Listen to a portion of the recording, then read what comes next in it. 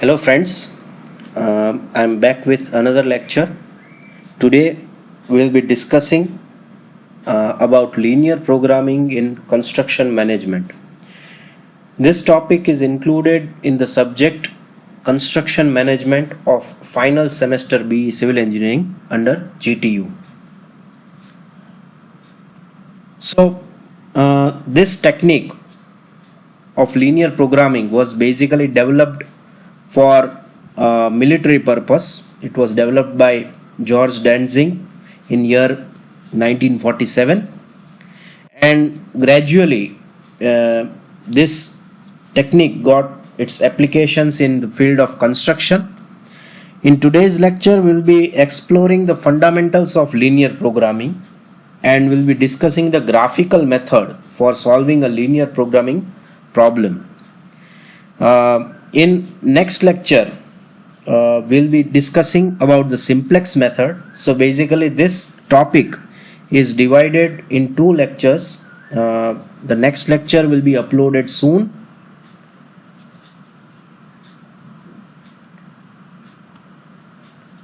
Now, in order to understand this concept of linear programming, we'll take a case study. Now, consider a contractor who manufactures doors and windows. This is the person who is manufacturing a door and window. Now he has got enough context such that જેટલા બી એ door અને window manufacture કરે છે બધા જ cell of થઈ જશે અને દરેક વિન્ડો અને ડોર માટે એ પ્રોફિટ કમાય છે. વિન્ડો માટે a per piece he gets a profit of 500 rupees and a door mate he gets a profit of 600 rupees. So આ સિચ્યુએશનમાં એની આપણે મેન્યુફેક્ચરિંગ પ્રોસેસની પણ ચર્ચા કરીએ. દરેક વિન્ડો મેન્યુફેક્ચર કરતા કાર્પેન્ટ્રીમાં 3 કલાક લાગે છે અને પેઇન્ટિંગમાં 1 કલાક લાગે છે. સો બેઝિકલી આ મેન્યુફેક્ચરિંગ પ્રોસેસમાં બે ડિપાર્ટમેન્ટ્સ છે, એક કાર્પેન્ટ્રી સેક્શન અને બીજું છે પેઇન્ટિંગ સેક્શન. તો કાર્પેન્ટ્રીમાં વિન્ડો 3 કલાક લે છે અને પેઇન્ટિંગમાં 1 કલાક લે છે. સો ટોટલ ઇઝ 4 hours. જ્યારે ડોર કાર્પેન્ટ્રીની અંદર 2 કલાક લે છે બનવા માટે અને પેઇન્ટિંગની અંદર 4 કલાક લાગે છે. So this is the consumption of resource by the product. એ કેટલો હ્યુમન રિસોર્સ એને જરૂરી છે, કેટલા મેન પાવર એ જરૂરી છે એના મેન્યુફેક્ચરિંગ પ્રોસેસમાં. ફર્ધર કાર્પેન્ટરી ડિપાર્ટમેન્ટની અંદર આ કોન્ટ્રાક્ટરે 8 કાર્પેન્ટર્સ રાખેલા છે જે દરરોજ 8 કલાક કામ કરે છે. સો total man power per day employed is 64 hours. દરરોજનો 64 કલાકનો લેબર અવેલેબલ છે. જ્યારે પેઇન્ટિંગ ડિપાર્ટમેન્ટની અંદર 8 પેઇન્ટર્સ છે જે 8 કલાક કામ કરે છે અને એક પેઇન્ટર પાર્ટ ટાઈમ કામ કરે છે, એટલે કે 4 કલાક કામ કરે છે ડેઇલી. તો એમાં ટોટલ થયો 64 plus 4, that means 68 hours of labor. Okay, so carpenter ડિપાર્ટમેન્ટમાં 64 કલાક અવેલેબલ છે અને પેઇન્ટિંગ ડિપાર્ટમેન્ટમાં 68 કલાક અવેલેબલ છે. Now if I analyze this scenario, તો જો હું એમ કહું કે વિન્ડોના મેન્યુફેક્ચરિંગની ખાલી હું વાત કરું તો વિન્ડોની અંદર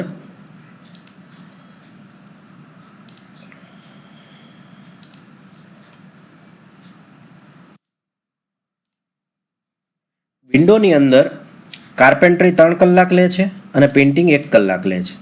ટોટલ અવર્સ અવેલેબલ 64 છે.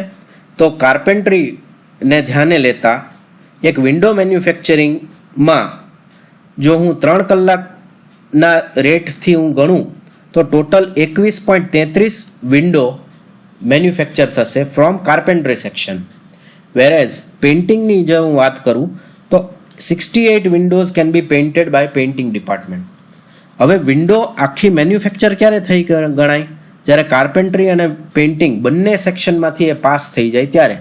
તો દેટ મીન્સ કે જો હું સંપૂર્ણપણે બધા જ રિસોર્સ વિન્ડો મેન્યુફેક્ચરિંગમાં ડાયવર્ટ કરું તો હું ટોટલ 21.33 વિન્ડો મેન્યુફેક્ચર કરી શકીશ. Okay, so considering the profit, જો હું ફક્ત વિન્ડો મેન્યુફેક્ચરિંગ ઉપર જો ફોકસ રાખવામાં આવે તો 10,666નો પ્રોફિટ કોન્ટ્રાક્ટરને થશે. દેન ઇફ આઈ કન્સિડર ડોર, તો એક ડોર મેન્યુફેક્ચર થતાં 2 કલાક કાર્પેન્ટ્રીમાં જાય છે અને 4 કલાક પેઇન્ટિંગમાં જાય છે. તો જો હું સંપૂર્ણ રિસોર્સ ડોર મેન્યુફેક્ચરિંગમાં ડાયવર્ટ કરું તો 32 ડોર કાર્પેન્ટ્રી દ્વારા મેન્યુફેક્ચર થઈ શકશે, જ્યારે 17 ડોર્સ પેઇન્ટિંગ દ્વારા મેન્યુફેક્ચર થઈ શકશે. હવે બંને એક ડોર આખો મેન્યુફેક્ચર ત્યારે ગણાશે જ્યારે બંને ડિપાર્ટમેન્ટમાંનું કામ પૂર્ણ થયું હોય. દેટ મીન્સ એક દિવસમાં જો હું સંપૂર્ણ રિસોર્સ ડોર મેન્યુફેક્ચરિંગમાં ડાયવર્ટ કરીશ તો 17 ડોર્સ મેન્યુફેક્ચર થઈ શકશે. Now considering the profit, the total profit will be 10,200. Okay, તો હવે હું જો બંને આખા સિનેરિયોને solely either I produce only window or I produce only door, તો બેમાંથી વધારે પ્રોફિટ મને કેમાં દેખાય છે? In manufacturing of window. Okay, so આપણે એવું કહી શકીએ કે જો સંપૂર્ણ રિસોર્સ એક તરફ આપણે ડાયવર્ટ કરવાની વાત કરીએ તો window manufacturing will be more beneficial to the contractor. Now what are the questions that the contractor will have? એક કોન્ટ્રાક્ટરને કયા કયા પ્રશ્નોના જવાબ જોશે? તો પહેલો પ્રશ્ન છે, does the option giving profit of 10,666 represent the optimum solution or the maximum profit? શું એ કોન્ટ્રાક્ટર ફક્ત વિન્ડો મેન્યુફેક્ચર કરે અને પ્રોફિટ કમાય તો એ મેક્સિમમ પ્રોફિટ હશે કે નહીં હોય? બીજો ક્વેશ્ચન છે, can the profit be increase by combination of production of door and window? જો હું ડોર અને વિન્ડો બંનેનું કોમ્બિનેશન કન્સિડર કરું તો શું આ પ્રોફિટ ઇન્ક્રીઝ થઈ શકશે કે નહીં? Third question, what will be the change in profit if I add 1 more hour of working? એટલે કે વધારે વર્કિંગ અવર્સ જો વધારવામાં આવે તો શું ચેન્જ થઈ શકશે? શેમાં? પ્રોફિટની અંદર. આ દરેક પ્રશ્નોના જવાબ આ કોન્ટ્રાક્ટર મેળવવાનો પ્રયત્ન કરશે. So how can we get this questions, answer to this questions? તો આની માટે linear programming allows us to get the solution to these kinds of questions. આ દરેક પ્રશ્નોના સોલ્યુશન્સ આપણે લિનિયર પ્રોગ્રામિંગ દ્વારા મેળવી શકીએ છીએ. તો હવે ક્વેશ્ચન ઇઝ કે લિનિયર પ્રોગ્રામિંગમાં વોટ ડુ વી ડુ? તો લિનિયર પ્રોગ્રામિંગની અંદર આપણે એક ફંક્શન ડિફાઇન કરીએ છીએ કે જેને આપણે કહીએ છીએ ઓબ્જેક્ટિવ ફંક્શન. આ ફંક્શન આપણો મુખ્ય હેતુ દર્શાવે છે.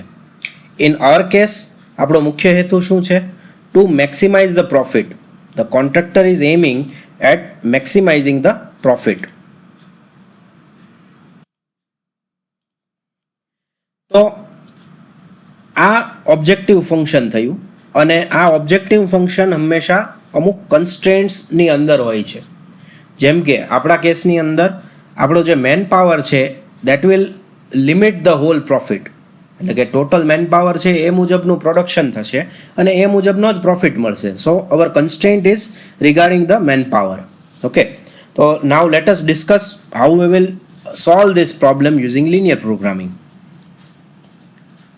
હવે એઝ આઈ સેડ અર્લિયર કે આની અંદર આપણે એક ઓબ્જેક્ટિવ ફંક્શન ડિફાઇન કરવાનું હોય છે. તો એ ડિફાઇન કરવા માટે let us consider x1 and x2. x1 and x2. x1 is the number of windows being manufactured and x2 is the number of doors being manufactured. તો ટોટલ પ્રોફિટ જો હું consider કરું, x1 જેટલી window બને છે અને x2 જેટલા doors બને છે, તો એવા કિસ્સામાં ટોટલ પ્રોફિટ કેટલો થશે? તો let it be z equal to 500 into x1 and 600 into x2. 500 રૂપિયા દરેક વિન્ડો ઉપરનો પ્રોફિટ છે અને 600 રૂપિયા દરેક ડોર ઉપરનો પ્રોફિટ છે. તો આ ટોટલ પ્રોફિટ થયો કોનો? કોન્ટ્રાક્ટરનો. ઓકે, તો હવે આ ઇક્વેશન જે છે this is known as objective function. અને આ ઓબ્જેક્ટિવ ફંક્શનને બે કન્સ્ટ્રેન્ટ્સ છે આપણા કેસમાં. કયા કયા કન્સ્ટ્રેન્ટ્સ? તો પહેલું છે constraint regarding the carpentry hours of window and door. કાર્પેન્ટ્રીની અંદર જો આપણે કન્સિડર કરીએ તો વિન્ડો માટે 3 કલાક જોઈએ છે અને ડોર માટે 2 કલાક જોઈએ છે. તો 3x1 + 2x2 should be less than or equal to 64. શું કામ? કેમ કે 64 is the upper limit of carpentry hours on daily basis. રોજના આપણી પાસે 64 કલાક મેન પાવર છે, તો એ 64 કલાકની અંદર 3 કલાક જેટલા વિન્ડો કન્ઝ્યુમ કરશે. x1 વિન્ડો હોય તો 3x1 will be the consumption of window and 2x2 will be the consumption of door. તો આ પહેલું કન્સ્ટ્રેન્ટ થયું. કોના માટે? આ ઓબ્જેક્ટિવ ફંક્શન માટે. ઓકે. અને second constraint is regarding the painting hours for window and door. તો પેઇન્ટિંગ અવર્સમાં જો ધ્યાન રાખીએ તો આપણે વિન્ડોની અંદર 1 કલાક જોઈએ છીએ, તો x1 જેટલા અવર્સ વિન્ડોમાં કન્ઝ્યુમ થશે અને 4 times the number of doors will be consumed in painting of door. So that should be less than equal to 68. Any upper limit 68 છે, જ્યારે કાર્પેન્ટરની અંદર અપર લિમિટ છે 64. So these two form the constraints for a given problem of linear programming, whereas this profit forms the objective function of our case. તો હવે આને solve કઈ રીતે કરશું? તો આપણે અત્યારે ચર્ચા કરીએ છીએ ગ્રાફિકલ મેથડની. તો આ ગ્રાફિકલ મેથડ દ્વારા આપણે આ પ્રોબ્લેમનું સોલ્યુશન મેળવવાનો પ્રયત્ન કરશું and we will discuss the related details. તો સૌ પહેલાં આપણે જે આ ઇક્વેશન છે એટલે કે કાર્પેન્ટ્રીનું ઇક્વેશન 3x1 + 2x2 = 64, આ ઇક્વેશનને જો હું પ્લોટ કરવાનો પ્રયત્ન કરું graphically, then I will get this kind of graph. આ પ્રકારનો ગ્રાફ મને મળશે. આની અંદર સૌ પહેલાં હું x1 અને x2 0 કન્સિડર કરું છું. એનાથી મને શું મળશે? આ ઇક્વેશનમાં સપોઝ હું x1 x2 0 ગણું તો it will be less than 64. That means 0 0 comes satisfies this equation. એટલે કે આ 0 0 will be the part of this, the solution of this equation. Okay. Secondly, હું ફક્ત x1 ને 0 કન્સિડર કરું છું અને બીજા કેસમાં x2 ને 0 કન્સિડર કરું છું. ઓકે. તો જ્યારે હું x1 ને 0 કન્સિડર કરું તો મને 0,32 પોઈન્ટ a મળશે. જ્યારે x2 ને 0 કન્સિડર કરું ત્યારે 64/3 એટલે કે 21.33,0 આ સોલ્યુશન મને મળશે આ ઇક્વેશનનું. આ બે પોઈન્ટને જોડતા મને લાઈન AB મળશે. હવે આ લાઈન AB જે છે એના ઉપરના કોઈ પણ point, any combination of door and window, હું x1 અને x2 ના કોઈ પણ પોઈન્ટ લઈ લઉં કન્સિડરિંગ ઓન લાઈન AB, એ સંપૂર્ણપણે 64 કલાક કન્ઝ્યુમ કરશે. આઈ એમ રિપીટિંગ. સૌ પહેલાં આ ઇક્વેશનમાં હું x1 x2 ની 0 0 કન્સિડર કરું છું તો મને આ કન્ડિશન સેટિસ્ફાઈ થઈ. x1 x2 જો 0 હોય then it is less than 64. Okay. તો એ જે 0 0 પોઈન્ટ છે it comes under the solution of this line. A point number 1. બીજો પોઈન્ટ છે હું બેમાંથી એકને 0 કન્સિડર કરું. દેટ મીન્સ પહેલાં હું x1 ને 0 કન્સિડર કરું ને x2 ને એઝ ઇટ ઇઝ રહેવા દઉં. તો x2 ની વેલ્યુ શું આવશે? 0,32. એટલે કે મને આ સોલ્યુશન મળશે, પોઈન્ટ A મળશે 0,32. So 0,32 satisfies this equation such that I get 64. આ ઇક્વેશનમાં ઇક્વાલિટી સાઇન રહેશે. ઓકે. સેકન્ડ પોઈન્ટ હું x2 ને 0 લઉં છું અને x1 ફાઇન્ડ આઉટ કરું છું તો 21.33 મળશે. તો આ લાઈન AB છે ઇટ રિફ્લેક્ટ્સ ઓલ ધ પોઈન્ટ્સ. આ દરેક પોઈન્ટ જે આ લાઈન ઉપર આવે છે એ દરેક પોઈન્ટના કોમ્બિનેશનમાં હું જો ડોર અને વિન્ડો મેન્યુફેક્ચર કરું તો એ સંપૂર્ણપણે 64 અવર્સને કન્ઝ્યુમ કરી લેશે. ઓકે.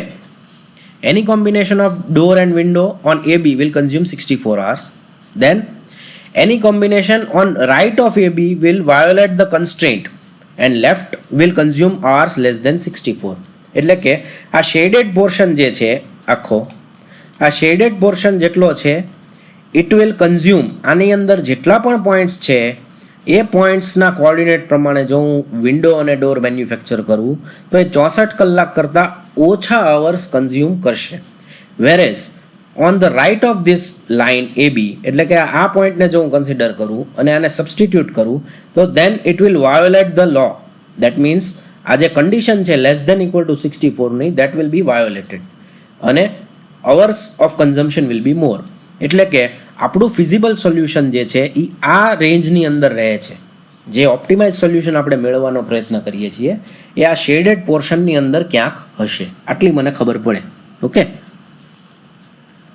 નાવ કન્સિડર અનધર ઇક્વેશન, એટલે કે equation of painting. 1x1 plus 4x2 equal to 68 આ એનું ઇક્વેશન છે. સેમ પ્રોસિજર અગેન, પહેલા x1 અને x2 ને 0 કન્સિડર કરો, then I get less than equal to 68 as shown in this equation. તો x1 અને x2 જ્યારે 0 0 હોય then it forms the part of the solution that I am seeking. એટલે કે 0 0 આ ઇક્વેશનને સેટિસ્ફાય કરે છે. then consider x1 as 0 and find out x2. Okay, તો મને 17 આવશે. and consider x2 0 and find x1, તો I'll get 68, 0. તો આ જે પોઈન્ટ છે પોઈન્ટ C અને point D, if I join these two point, then I will get a line such that આ લાઈન ઉપર કોઈ પણ પોઈન્ટ હું કન્સિડર કરું and the coordinates I consider as number of doors and windows manufactured, તો એ સંપૂર્ણપણે 68 hours રિસોર્સને use કરશે. સિમિલરલી આ આખા શેડેડ પોર્શનના કોઈ પણ પોઈન્ટ્સને હું કન્સિડર કરીશ તો એ 68 અવર્સ કરતાં ઓછા અવર્સ કન્ઝમ્પશન સાથે મેન્યુફેક્ચર થશે. And to the right of this line, એટલે કે આ સાઈડના પોર્શનમાં કોઈ પણ પોઈન્ટ્સ જે છે કન્સ્ટ્રેન્ટને વાયોલેટ કર્યા વગર મેન્યુફેક્ચરિંગ કરવા નહીં દે. એટલે કે 40,12 જ્યારે હું કન્સિડર કરું and if I substitute the value in this then I will get the number of hours greater than 68, which is not possible. શું કામ? કેમ કે એટલા આપણે workers we have not employed. Okay, contractor પાસે લિમિટેડ રિસોર્સ છે, એ resource 68ની લિમિટમાં છે. ઓકે, હવે moving towards the optimum solution, how can I get it? તો for that I will overlap both the graphs. બંને ગ્રાફને હું એકબીજા ઉપર ઓવરલેપ કરીશ તો I will move towards the feasible solution. તો જ્યારે આ બે ગ્રાફને મેં એકબીજા ઉપર સુપર ઇમ્પોઝ કર્યા ત્યારે કંઈક આવો ગ્રાફિકલ ડાયાગ્રામ મને મળે છે. આ ગ્રાફની અંદર you can C O, C, A, E, D and B આ બધા કોર્નર પોઈન્ટ્સ છે. O, C, A, E, D અને B આ બધા જ પોઈન્ટ્સને કોર્નર પોઈન્ટ્સ કહેવામાં આવે છે. જ્યારે OBEC is collection of all feasible solution where all constraints are satisfied. એટલે કે આ બંને ગ્રાફનું ઇન્ટરસેક્શન પોઈન્ટ્સ જેટલા છે, એટલે કે આ C, E, B અને O આ 4 પોઈન્ટ્સ દ્વારા જે આ ડાર્કર શેડેડ પોર્શન જે છે એ આખું રિજિયન જે છે ઇટ સેટિસ્ફાઈઝ બોથ ધ કન્સ્ટ્રેન્ટ. આ બંને કન્સ્ટ્રેન્ટને એ સેટિસ્ફાઈ કરે છે આખું region. That means my optimized solution lies in this darker portion. સમજાય છે? Okay. So here again if I observe the point E then it corresponds to the maximum profit. એટલે કે આની અંદર મને એક એવો પોઈન્ટ મળે છે that is point E which when I substitute these two values in the equation then in the objective function I get the profit of about 14,400 rupees. Okay, so with this combination and superimposing of both the graphs I have achieved an optimized value of E, that is 12,14, that will give me the maximum possible profit considering the given constraints. Okay, I hope I am clear. હવે આપણે next topic discuss કરશું. તો આ બધી ડિસ્કશનના અંતે આપણે જો linear programming ફોર્મ્યુલેશનનું generalise equation જોવાનો પ્રયત્ન કરીએ then by comparing it with our present case આપણે સમજી શકીએ કે આ એક ઓબ્જેક્ટિવ ફંક્શન છે, એનું જનરલ ફોર્મેશન આવી રીતે છે, સિગ્મા જે equal to 1 to n cj into xj. અહીંયા એક અગત્યનું વેરિયેબલ જે છે, અગત્યનો પોર્શન જે છે, કોએફિશિયન્ટ જેને કહીએ છીએ આપણે, that is the profit coefficient. આપણા કેસની અંદર પ્રોફિટ કોએફિશિયન્ટ 500 અને 600 બે ફિગર્સ છે. આ ઓબ્જેક્ટિવ ફંક્શન માટે હંમેશા એક કન્સ્ટ્રેન્ટ હોય છે એઝ શોન હિયર, અને કન્સ્ટ્રેન્ટ્સનું પણ આ જનરલ ઇક્વેશન છે. આ ફોર્મેટમાં આ ઇક્વેશન્સ તમને જોવા મળશે. સો this is how the linear programming formulation is done. Okay, now we'll move on to next topic, which is sensitivity analysis. હવે આ sensitivity analysis નો હેતુ શું, why it is needed, what does it address? Okay, તો એમાં આ પહેલો પ્રશ્ન છે, what will be the impact on the profit if the profit coefficients are changed? આપણે લિનિયર પ્રોગ્રામિંગ દ્વારા ઓપ્ટિમાઇઝ સોલ્યુશન લઈ આવ્યા, ઓબ્જેક્ટિવ ફંક્શનનું મેક્સિમમ વેલ્યુ કઈ રીતે લાવવી એ પણ જોઈ લીધું. પણ હવે જો કોન્ટ્રાક્ટરને એવો પ્રશ્ન આવે, એને પ્રશ્ન એવો લાગે કે ભાઈ હું જો પ્રોફિટ વધારી દઉં મારા ડોર્સ અને વિન્ડોઝ માટે, જે 500 અને 600 રૂપિયા જે ફિક્સ કરેલા છે, એ પ્રોફિટની જો ફિગર્સ હું ચેન્જ કરું, then what will be the overall change in the profit? Okay, તો આના માટે આપણે એવું વિચારશું કે ભાઈ ફરીવાર નવું ઇક્વેશન બનાવવું પડશે. પણ આ એક સિમ્પ્લિફાઈડ એક્ઝામ્પલ છે કે જ્યાં તમે કદાચ ફરીવાર બનાવી શકો છો નવું ઇક્વેશન, પણ જ્યાં કોમ્પ્લેક્સ પ્રોબ્લેમ સાથે તમે ડીલ કરતા હો એવા કિસ્સામાં તમે ફરીવાર from the scrap linear programming કરવું હંમેશા ટીડિયસ વર્ક હોય છે. તો એવા કિસ્સામાં you can carry out a sensitivity analysis, કે જેની અંદર તમે આપેલા કન્ડિશન્સની અંદર તમારો જે ઓપ્ટિમાઇઝડ રિઝલ્ટ જે છે, જે ઓપ્ટિમાઇઝડ પોઈન્ટ તમે મેળવો છે, એને ચેન્જ કર્યા વગર you can see how the model changes its value, its output for a given change in the profit coefficient. તો આ પ્રશ્નનો જવાબ આપણે સેન્સિટિવિટી એનાલિસિસ દ્વારા મેળવી શકીએ. બીજું છે change in objective function for a given change in hours of carpentry and painting. એટલે કે હું જો કાર્પેન્ટ્રીના અને પેઇન્ટિંગના નંબર ઓફ આવર્સ જે છે એને હું જો ઇન્ક્રીઝ કરીશ તો what will be the change in profit? તો how do you quantify the figures? આપણે એવું કહી શકીએ કે ભાઈ ચાલો અવર્સ વધાર્યા તો પ્રોફિટ વધશે, પણ કેટલો? આનો answer we can get by sensitivity analysis. Third is what is the worth of each resource? એટલે કે વર્થનો અર્થ એ થયો કે હું 1 કલાક કાર્પેન્ટ્રી વધારું તો ઓવરઓલ પ્રોફિટમાં કેટલો વધારો થાય છે. 1 કલાકનું પેઇન્ટિંગ નું લેબર વધારું તો મારા ઓવરઓલ પ્રોફિટમાં કેટલો ઇન્ક્રીમેન્ટ થાય છે. So this રિફ્લેક્ટ્સ the worth of resource, એટલે કે એનો વર્થ કેટલો છે રિસોર્સનો પર યુનિટ ઇન્ક્રીમેન્ટ. તો આનો પણ આન્સર આપણે સેન્સિટિવિટી એનાલિસિસ દ્વારા મેળવી શકશું. તો આપણે આ 3 સેક્શન્સના ફોર્મમાં આપણે સેન્સિટિવિટી એનાલિસિસને સ્ટડી કરશું. Let us start the first point. હવે પહેલો પોઈન્ટ છે સેન્સિટિવિટી એનાલિસિસમાં changing the profit coefficient.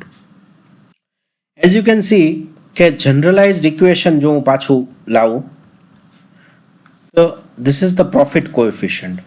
Let it be C1 and C2. આ C1 છે અને આ C2 છે. ઓકે, 500 રૂપિયા, 600 રૂપિયા.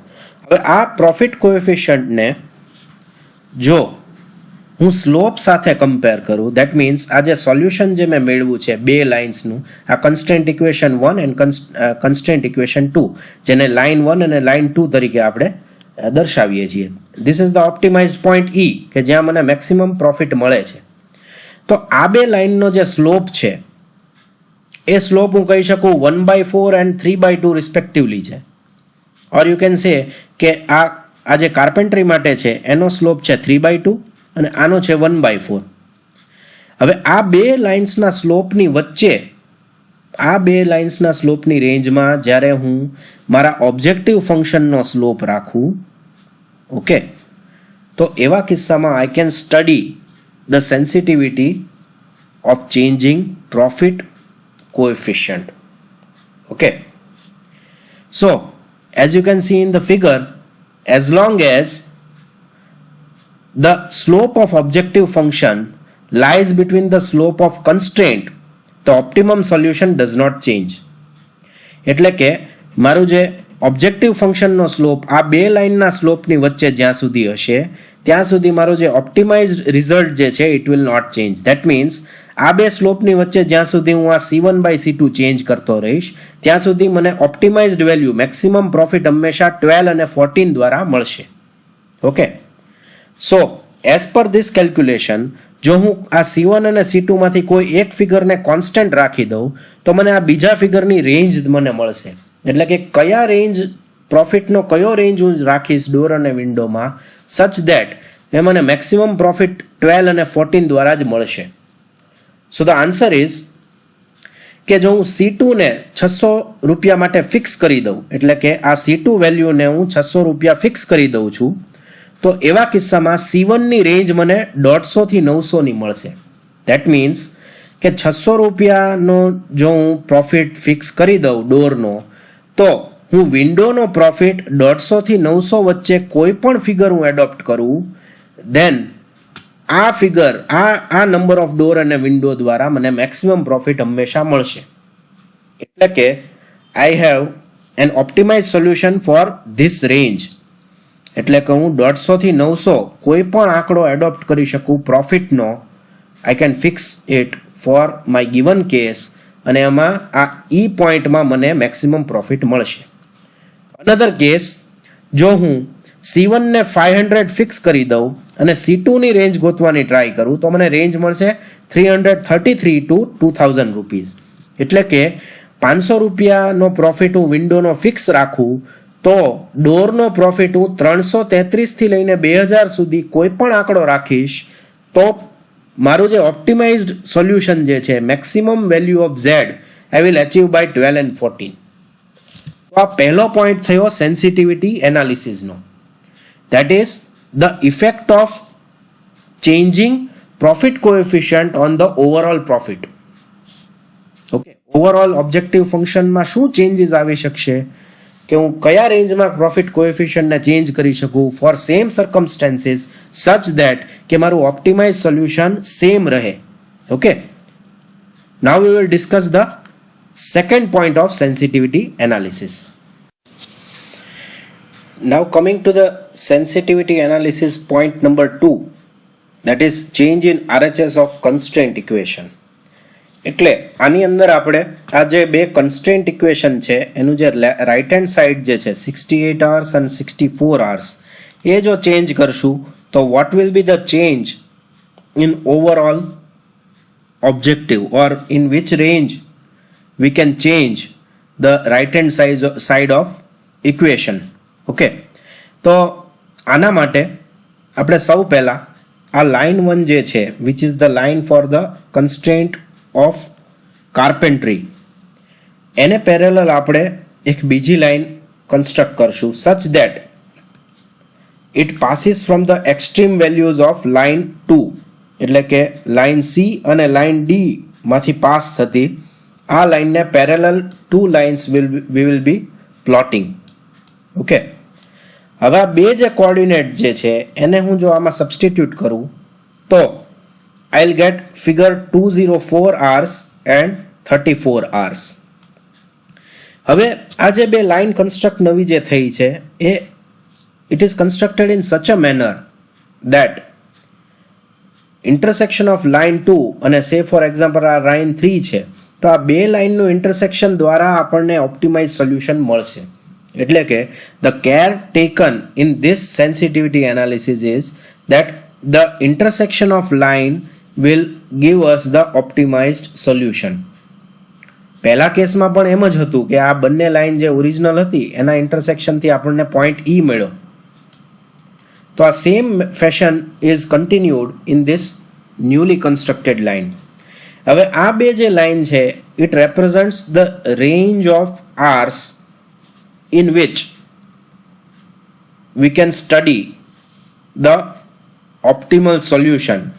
Okay, if RHS range of carpentry lies between 34 and 204 including both the numbers, એટલે કે 34 અવરથી 204 અવર વચ્ચે તમે કોઈ પણ કાર્પેન્ટરીના આર્સને ફિક્સ કરો, લેબર આર્સને, the optimal solution will be intersection of two lines. એટલે આ બે લાઇનના ઇન્ટરસેક્શન દ્વારા, ભલે જે નવી લાઇન આવી એની સાથેનું intersection of the line of painting, એ બંનેના ઇન્ટરસેક્શનથી તમને ઓપ્ટિમાઇઝ રિઝલ્ટ મળશે. Okay, so this is the sensitivity analysis of RHS of constraint equation. હવે similarly, if I talk about the painting equation, constraint of painting, તો એમાં બી the same method is adopted. બે extreme points line 1 માં આપણે select કરીએ છીએ, that is point A and point B. એ બંનેમાં parallel to line 2 એક ડોટેડ લાઇન આપણે પાસ કરી છે, and we substitute the point A and point B in the equation of painting and we get the upper limit of R's. એટલે કે painting આર્સની range આપણી 21.33 and 128 આર્સની રહેશે. આ બંને પેઇન્ટિંગ અને કાર્પેન્ટરીના આ આપેલા રેન્જમાં જ્યાં સુધી તમે લેબર આર્સને સેટ કરશો ત્યાં સુધી intersection of both the lines will give you the optimized solution. Okay, so this is the point number 2 of sensitivity analysis. Now comes the third point, that is finding the worth of resource. એટલે કે કાર્પેન્ટરી અને પેઇન્ટિંગના unit R increment દ્વારા પ્રોફિટમાં કેટલો change થાય છે એનું ક્વોન્ટિફાઈ કરવાની process. Okay, તો in this the worth of resource is the contribution in objective function for a unit change in resource value. બરાબર, and in order to calculate this worth of resource we have an equation. Worth of resource is equal to objective function value of the highest permissible value of resource. આપેલા રિસોર્સની highest permissible value જ્યારે તમે objective ફંક્શનમાં substitute કરો એ value minus the objective function value at the lowest permissible value of resource, highest અને લોએસ્ટના difference, divided by range of permissible resource value. This is the equation for calculating the worth of resource. Now let us substitute the values and get the figures. Now talking about the worth of carpentry. So carpentry na worth માટે the highest value will be 68 and 0. Okay. Highest value will be achieved at 68 and 0. Okay. આની વાત કરીએ, 68 and 0 will give me the highest value. It corresponds to this line. Okay. Lowest value is given by 0 and 17. That is 10,200. Lowest value is given by 0 and 17. આ line એટલે કે એક 34ની line અને એક 204 કલાકની line, highest minus lowest. Divided by range of carpentry 34 to 204 hours. We already know it. This is 34 and this is 204 hours. એટલે આ બે એક્સ્ટ્રીમ વેલ્યુઝના પહેલા સબસ્ટિટ્યુટ કરવાના કોઓર્ડિનેટ્સ, એનાથી જે ઓબ્જેક્ટિવ ફંક્શનની વેલ્યુ આવે એનો difference divided by the number of આર્સનો જે રેન્જ છે 204 minus 34, that difference. It will give me 34,000 minus 10,200 upon 204 and 34. This difference gives me 140 rupees. That means for every increase in 1 hour of carpentry, there will be rupees 140 increase in the optimum value of Z in range 34 to 204 hours. એટલે કે જ્યાં સુધી તમે RHS of constraint equation ની range 34 થી 204 કલાક વચ્ચે રાખો છો ત્યાં સુધી દરેક 1 કલાક increment in carpentry will give you increment of 140 rupees in profit of value of Z. Okay, I hope I am clear. In the same way, we will calculate the worth of painting. In worth of painting, the same equation, highest value of Z, it will be achieved by 0,32. Let's go to the equation. Highest value of painting is achieved by 0,32. This line minus lowest value of z, that is 21.33, 0. Lowest value of z is 21.33, 0. This line, આ બેની value દ્વારા z ની જે figure that we get, that difference we have to take, that is 19200 minus 10,665 divided by the range of painting, that is 21.33 to 128 hours. Range of painting 21.33 to 128 hours. Okay, this difference will give me a figure of 80 rupees. That means for every increase of 1 hour in painting, there will be increase of 80 rupees in the optimum value of z when you are keeping the range of 21.33 to 128. એટલે કે 21.33 કલાકથી 128 કલાક દરમિયાન કોઈ પણ આંકડો તમે રાખો પેઇન્ટિંગ આર્સનો, તો દરેક 1 કલાક increment પેઇન્ટિંગમાં it will give you 80 rupees increment in the overall profit. Okay, so this is all about the sensitivity analysis, and with this we end the topic of linear programming using graphical method. Hope you enjoyed the session. Please give the feedback in the comment section.